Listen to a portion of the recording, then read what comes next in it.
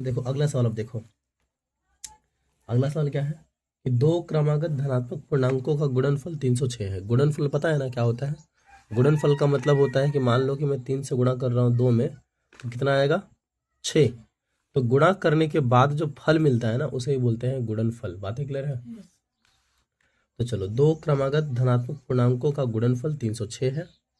हमें पूर्णांकों को ज्ञात करना है, ठीक है, मतलब द्विघात समीकरण के रूप में ही लाना है, ठीक ना।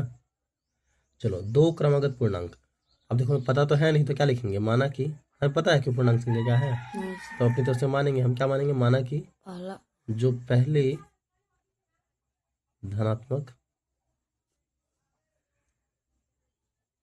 जो पूर्णांक संख्या होगा वो क्या होगा? x होगा। क्या होगा?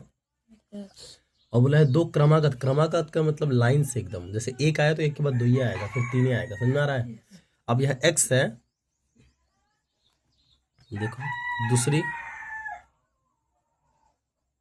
धनात्मक x + 1 पूर्णांक संख्या, तो जस्ट इसका अगला वाला, तो इसका अगला वाला क्या आएगा? तो x + 1 आएगा। बातें क्लियर है?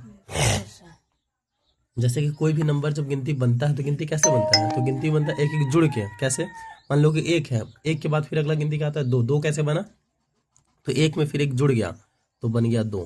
तीन कैसे बना? तो दो में फिर एक जुड़ गया तो बन गया तीन। चार कैसे बना? तीन में एक जुड़ गया तो बन गया चार। तो ये क्रमागत हो गया ना। तो क्रमागत का मतलब क्या? लाइन से एक एक करके। समझ में आ रहा है? तो अगर शुरू वाला x है तो उसके बाद वाला x + 1। बातें क्लियर है?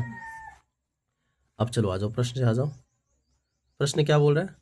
प्रश्न बोल रहा है कि भाई इन दोनों का गुणनफल 306 आ रहा है। गुणनफल का मतलब होता है गुणा। देखो x कोष्ट गुणा करो किसके साथ? x + 1 के साथ। गुणा करोगे तभी ना गुणनफल मिलेगा। गुणा करोगे तो गुणनफल में कितना आ रहा है? 306 आ रहा है। कितना आ रहा है? 306। बातें क्लियर है? गुणा करो, x का x से करोगे तो बन जाएगा x² प्लस x का 1 से करोगे तो बन जाएगा x = 306। यहाँ बन जाएगा x² प्लस का x, और ये प्लस में इधर किस में आ जाएगा? माइनस में 306 = 0। समझ में आया? क्लियर है?